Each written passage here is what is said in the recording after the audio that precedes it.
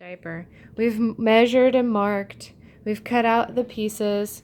So I'm going to show you one more time. We have the pretty side, and we flip both pieces together, and now we're on the shiny side. So this is the shiny side of our PUL. We've laid the pattern down and marked everywhere there should be a snap. This is an owl. It's literally just a piece of metal that pokes a hole.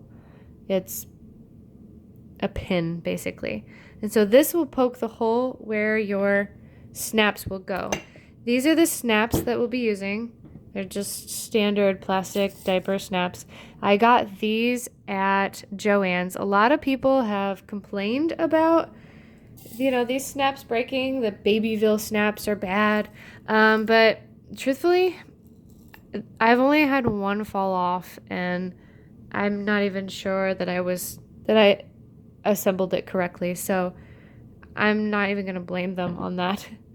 And this is the snap pliers. This has a tray. Let's see if I can get a close up. This has a tray where the snap goes in. Let's see if I can get a piece of snap for you. So this will, when it gets in the fabric, this will go in that tray like that.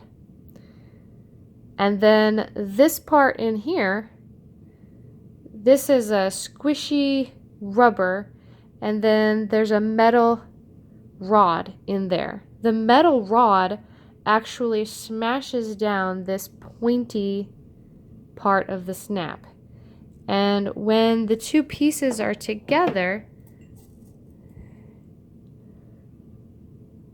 see, they come apart. Trying to show this on camera is hard. So there's the pointy part I just showed you, and then this part goes down on there, and they'll be sandwiching fabric between them. And then when you smash down that pointy part on the inside, then they can't come out. They can't come apart. And I'll show you what that looks like. So what I like to do is I start in the center of the diaper. And that is because as you put these on, you'll notice that it sort of stretches the fabric just slightly. And so if you start one side and work your way to the other, then you're going to end up with these two pieces not lining up together. So I line them up perfectly from the start, make sure they're good and lined up, and I start in the center with these snaps here. Usually I start with that one because it feels very centered to me. And so I literally put the owl right down on the top, and I smash it down. And then I'll pick up the fabric, and I lift up on the fabric so that it's poking a hole in your fabric. Let's see if I can get a close-up of that. We've just jabbed a hole in it. Okay, so I'll usually, and this is just because I like to get a hold of it like this, is I will put two fingers, one finger on either side of the hole on this side, and then let me see if I can get a good shot of it on the back side. I actually put two fingers on either side of it on the back side. So I'm holding it, the two pieces of fabric together while there's a hole in it. Once you make this hole, you can't move it, by the way. So know before you're going to stick your owl in there that is exactly what where you want your snap. Now I'm going to take this piece here and I'm going to shove it down in that hole. And I'm going to flip the fabric over. I'm trying to do this slowly so you can see. And notice that it's coming, kind of poking out. How do you see that? Can you see it poking out right there? Right there? So then I'm going to use my fingernails and kind of just squish it in there. So now it's definitely sticking out. So here's what it looks like on the inside. And on the outside, we have a pin poking through. So now you'll take one of these pieces. Now, your pattern may show you whether you need, may tell you whether you need a socket or a shaft. Is it called a shaft?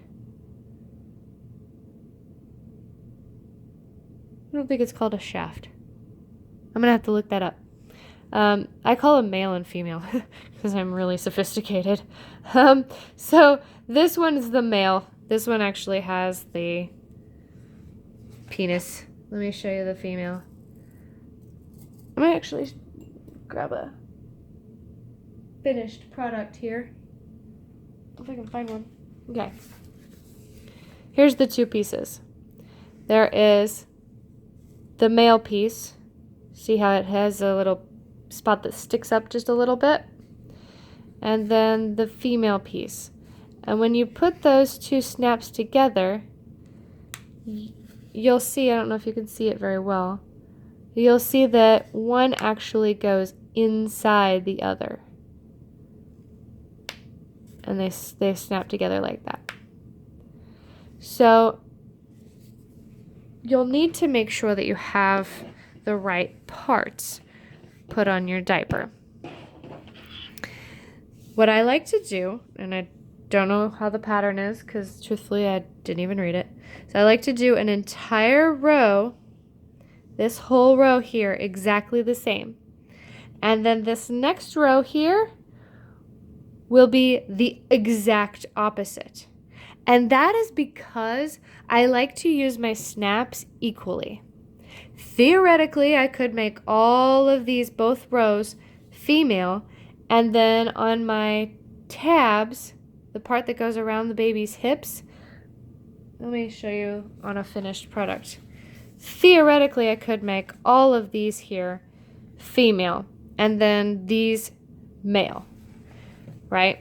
So then it would be female, female, female, female, female, female, and then these two would be male, and I would just snap those together. The problem with doing it that way is you're actually using, in this case here, you're actually using 12 females and only 4 males. And so I like to use my snaps equally, that way I'm saving money. And so I will do an entire row of male and an entire row of female.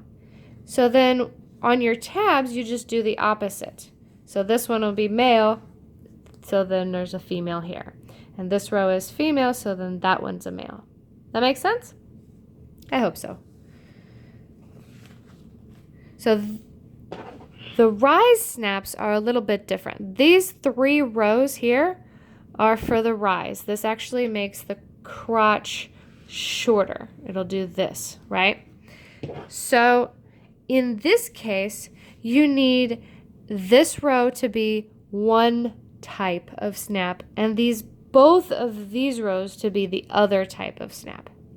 And because I have just gotten into a groove of doing it the same way every single time, I like to make the top row here and the top row here male and everything else female.